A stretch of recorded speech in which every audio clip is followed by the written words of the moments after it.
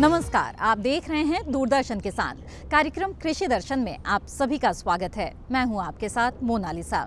जैसा कि आप सभी जानते हैं, इस कार्यक्रम में खेती किसानी से जुड़ी हुई अहम जानकारियां हम आपके लिए लेकर आते हैं और इसी कड़ी में कृषि दर्शन कार्यक्रम की आज की इस कड़ी में हम जानेंगे सरसों की खेती से जुड़ी नवीनतम कृषि तकनीकों के बारे में। साथ ही बात होगी ऊँटनी पालन के बारे में भी।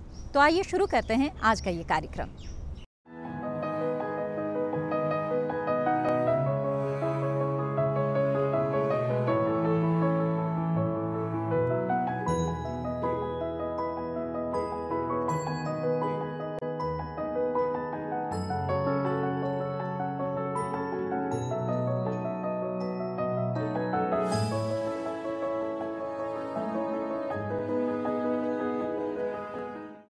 दलहन के मामले में आत्मनिर्भर बनने के बाद अब सरकार का पूरा जोर है तिलहन की पैदावार बढ़ाने पर, और सरसों तिलहन की मुख्य फसल है। ऐसे में सरसों की पैदावार बढ़ाने के लिए कौन कौन सी नवीनतम कृषि तकनीक को अपनाया जा सकता है, आइए देखते हैं इस रिपोर्ट में।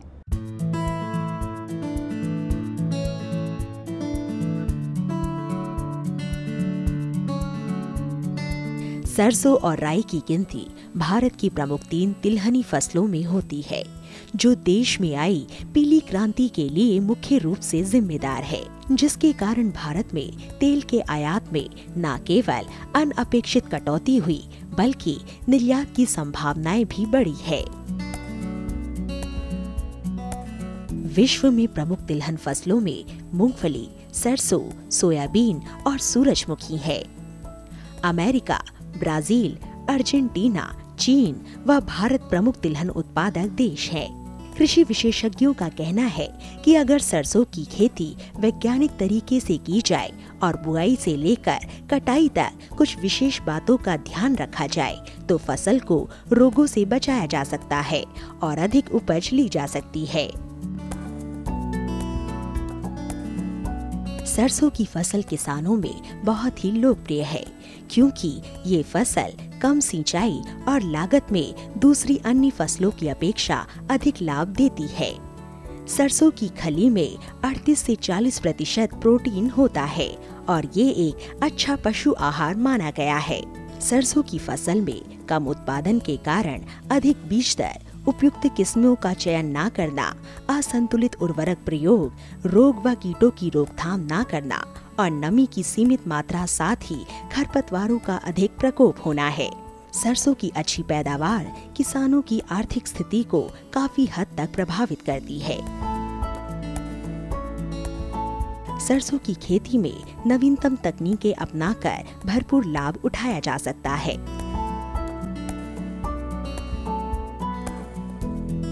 सरसों की खेती के लिए शुरुआत होती है भूमि की तैयारी से। जिस जमीन में खेती की जाती है उसको सबसे पहले खेती के लिए अच्छे से तैयार किया जाता है। फसल का उत्पादन बहुत हद तक भूमि की तैयारी के ऊपर निर्भर करता है। सरसों की अच्छी पैदावार के लिए बलुई दोमट मिट्टी, जिसमें जल निकास की सुविधा हो, साथ ही अत्यधिक अम्लीय व क्षारीय न हो, उपयुक्त कही जा सकती है। हालांकि क्षारीय भूमि में सरसों की सही किस्म के चुनाव से अच्छी पैदावार ली जा सकती है। जहां जमीन क्षारीय हो वहां प्रति तीसरे वर्ष जिप्सम 50 क्विंटल प्रति हेक्टेयर की दर से प्रयोग करें। जिप्सम को मई या जून में जमीन में मिला दे। खेत की तैयारी के बाद बारी आती है फसल बुआई की। इसके लिए बुआई के समय का ध्यान रखना बहुत जरूरी है। अगर हमारे किसान सही समय पर बुआई करते हैं तो उन्हें अच्छी पैदावार मिल सकती है। बुआई का उचित समय किस्म के अनुसार सितंबर मध्य से लेकर अक्टूबर अंत तक का होता है। सरसों में अंकुरन अच्छा हो, इसके लिए बुआई के समय दिन का अधिकतम तापमान 33 डिग्री सेल्सियस से ज्यादा नहीं होना चाहिए। सरसों की बुआई नवंबर में करनी हो तो देरी से बुआई के लिए उपयुक्त किस्मों का उपयोग करने से अधिक पैदावार प्राप्त की जा सकती है।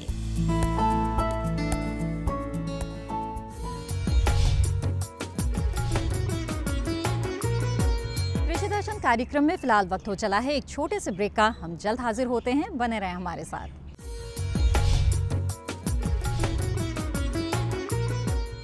ब्रेक के बाद आप सभी का फिर से स्वागत है। आप देख रहे हैं कार्यक्रम कृषि दर्शन। ऊंट के दूध में औषधीय गुण होते हैं, इसकी क्या कुछ विशेषता होती है, आइए देखते हैं इस रिपोर्ट में।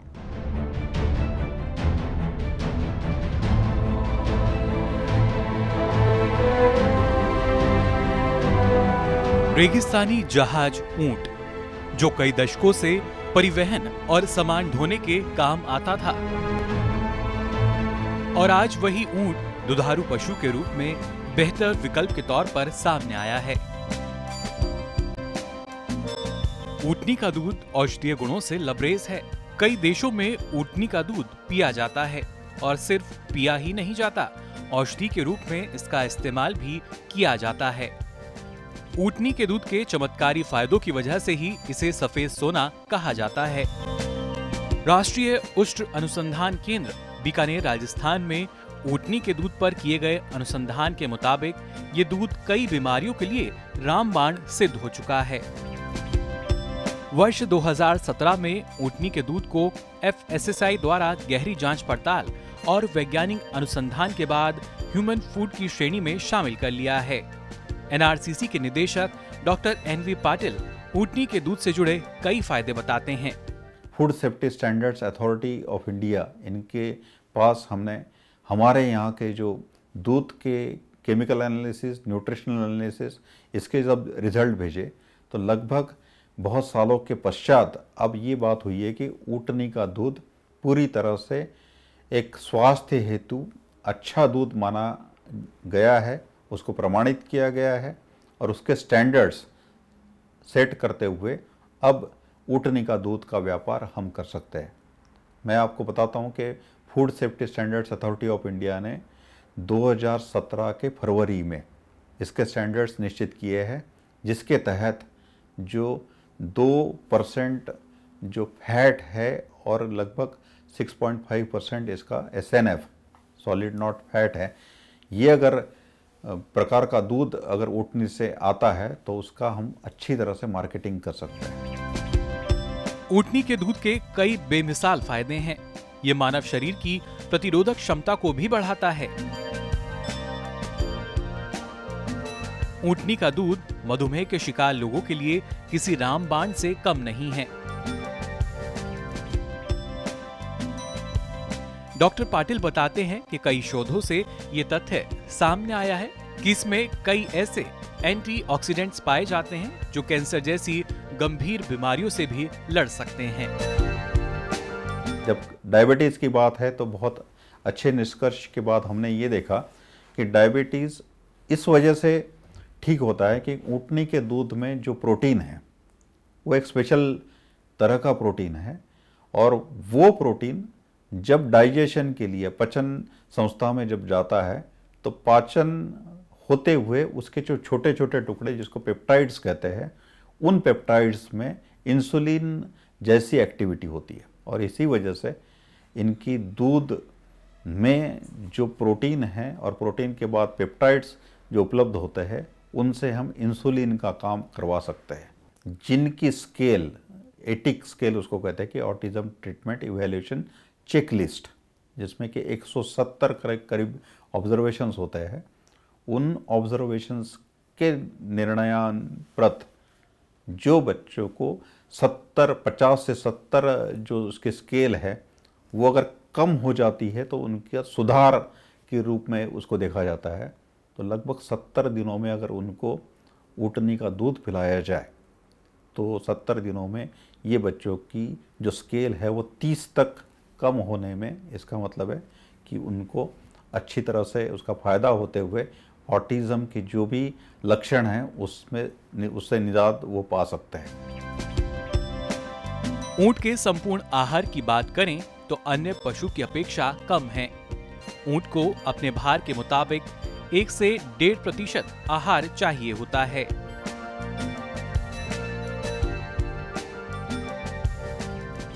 ऊंट एक ऐसा पशु है जो न सिर्फ तेज गर्मी बल्कि ज्यादा ठंड में भी रह सकता है।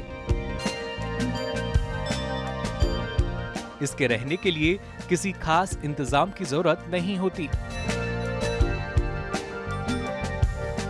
ऊँटनी का दूध ट्यूबरक्लोसिस यानी टीबी के उपचार में भी उपयोग किया जाता है। ऊँट कम देख रेख वाला पशु है और इसके दूध के फायदे तो आज पूरी दुनिया के सामने हैं, लेकिन फिर भी इसकी तादाद में आती गिरावट बहुत बड़े चिंतन का विषय है।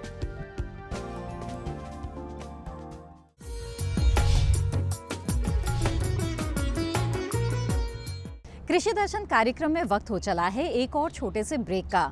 ब्रेक के बाद हम आपको एक सफल ऊँटनी पालक से मिलवाएंगे। बने रहें दूरदर्शन किसान पर।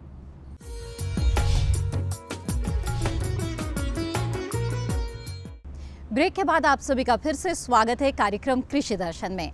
आइए अब हम आपको मिलवाते हैं एक सफल ऊँटनी पालक से, जिन्होंने ऊँटनी के संरक्षण के लिए कई समूह बनाए हैं और ऊँटनी के दूध से तैयार उत्पाद को आगे बढ़ाने के लिए ये कार्य कर रहे हैं। आइए मिलते हैं इनसे।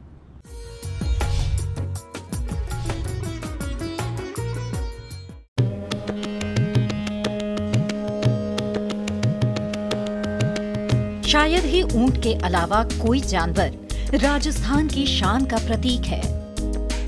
ये ऊंट राजस्थान की गलियों की जीवन रेखा रही है। फिर चाहे परिवहन के तौर पर इसका इस्तेमाल करना हो या फिर सामान ढोने के लिए उपयोग में लाना हो।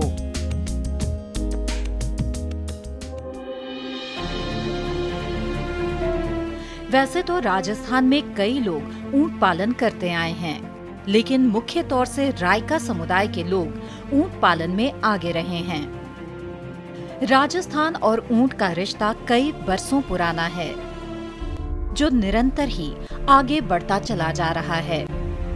कई ऊंट पालक इससे अपनी आय सृजन भी कर रहे हैं। एक ऐसे ही ऊंट पालक हैं जैसलमेर के गांव सावता के सुमेर सिंह भाटी।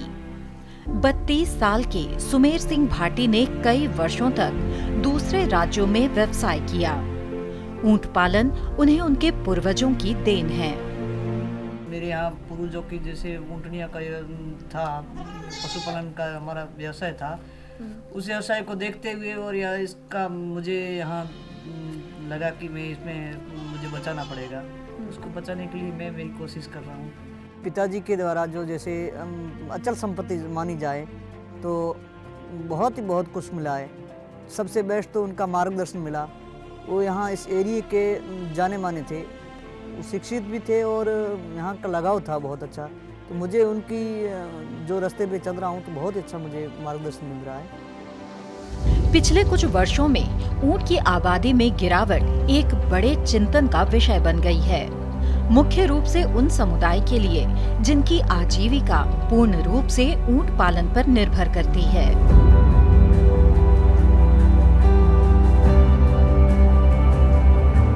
सुमेर सिंह भाटी, जिन्होंने ऊंटों के स्वर्णकाल को देखा हो, उनके लिए ऊंटों का पतन देखना कैसे गवारा था। सुमेर सिंह भाटी ने ऊंट बचाव के लिए एक समूह का गठन किया। मेरा ग्रुप का नाम है, जैसे एक NGO है, संस्थान है, देगराय ऊष्ट संरक्षण दूध विपणन विकास सेवा संस्था, सावता जैसलमेर, राजस्थान। तो मुझे क्या हुआ कि यहाँ ऊँटनियों को संख्या को घटते देख करके इस कारण से मैंने इसको बचाव और संरक्षण के लिए इस समूह को एकत्रित किया है और इस समूह को मैं बढ़ाना चाहता हूँ। जैसे इसमें संख्या की मतलब बचाव के स्तर बढ़ता रहे। 7 लोग अभी इसमें हुए हैं और मैं इस को सदस्यता को बढ़ाना चाहता हूँ, ग्रुप को आगे बढ़ाऊंगा। और यहाँ हमारी टोटल इस 15-20 किलोमीटर की रेंज में कम से कम 5000 ऊँटनियाँ हैं। और यहाँ दूध का तो बहुत भंडार है, यहाँ तो कम से कम 10 क्विंटल के लगभग दूध हमें जाएगा ऊँटनी। ऊंट और ऊँटनियों के संरक्षण के लक्ष्य के साथ इस समूह श्री देगराय ऊष्ट संरक्षण एवं दुग्ध विपणन विकास सेवा समिति का गठन किया गया, ताकि ऊँटों के स्वर्णिम काल को फिर से लौटाया जा सके, जिससे कि ऊँट पालन के लिए आय का स्रोत पैदा हो सके। ऊँटनी बिल्कुल ये साधारण नहीं चल रही आगे और कम ही पड़ रही है। उस कारण सुमेर सिंह सम्मेलन करेगा कि ऊँटनी रोको और सहायता भी मिलेगा, गवर्नमेंट भी देगा जना मैं तो इकट्ठे कर रहे हैं, लारे फिर रहे हैं और पैदाशी तो कुछ नहीं है मैं तो, इसलिए मैं तो दौड़ रहे हैं। यानी हमें समीर सिंह संगठन करी है और गवर्नमेंट में मांग करे तो कभी भी मिल सके, को मिल सके नहीं, दौड़ कर रहा है, गवर्नमेंट से मांग कर रहे हैं। ये कारण कमी आ गई ऊँटनी, हमें क्या इतनी कमी पड़ गई और ऊँटनी को रोको और बढ़ाने सहायता करो। ऊँटनी के दूध के अलावा भी ऊँट से कई तरह के उत्पाद तैयार किए जा सकते हैं। ये हमारी टाट पट्टी है जो ऊँट की ऊन से ही बनाया जाता है और इसको बना करके हम सेल भी करवाते हैं इसको। और इसकी उनको यहाँ मतलब जैसे चरखा से हाथ से भी काटा जाता है, वो काट करके इसको हम सेल कर बनवाते हैं, बनवा करके भी सेल करते हैं। 3000-3500 तक ये जाती है। ये 15 साल तक इसको कुछ मतलब बिछाने में बहुत ही अच्छा है। इससे ऊन से एक ओढ़ने का भी बनाते हैं हम, वो भी अच्छा रहता है। जो कंबल रहती है ऊन का, बहुत ही अच्छा इसका है। और इसमें ऊँट में तो ऊँट का हड्डी से भी कुछ आइटम बनते हैं। इस इलाके में लोग ऊँट पालन को सिर्फ एक व्यवसाय या आमदनी का जरिया ही नहीं मानते, बल्कि ऊँट पालन इनके समाज और संस्कृति में रचा बसा है। लेकिन बढ़ते मशीनीकरण ने ऊँटों की पहचान को धुंधला सा कर दिया है, जिसे फिर एक बार तरोताजा करने की जरूरत है। और सुमेर सिंह भाटी जैसे किसान इस मकसद को पूरा करने के लिए निरंतर कोशिश करने में जुटे हैं। माता जी का बहुत बड़ा मेरे को आशीर्वाद है। 4 साल हो गए मेरे पिताजी को डेथ हो गए, तो उसके बाद माता जी ने हमारे को संभाला है। बहुत ही अच्छा हमारे को मतलब आशीर्वाद है। माँ हमारे लिए सबसे बेस्ट हम मानते हैं माँ को। माँ के आशीर्वाद से हम आगे आ रहे हैं। उन्हें जरूरत है सरकार के कुछ ठोस कदम की, जिससे कि ऊँट पालकों को एक राह मिल सके जिस पर चलकर वे सफलता को छू सके। ये था आज का कृषि दर्शन कार्यक्रम से संबंधित अपने सुझाव आप हमें भेज सकते हैं। सुझाव भेजने के लिए हमारा ईमेल आईडी है krishidarshan@gmail.com। इसके साथ ही आप हमें पत्र भी लिख सकते हैं। हमारा पता नोट कर लें। कृषि दर्शन, कमरा नंबर 10, CPC, दूरदर्शन, खेलगांव, नई दिल्ली 110049। आज के कृषि दर्शन में बस इतना ही। अगली कड़ी में फिर होगी आपसे मुलाकात। तब तक के लिए दीजिए इजाजत। नमस्कार।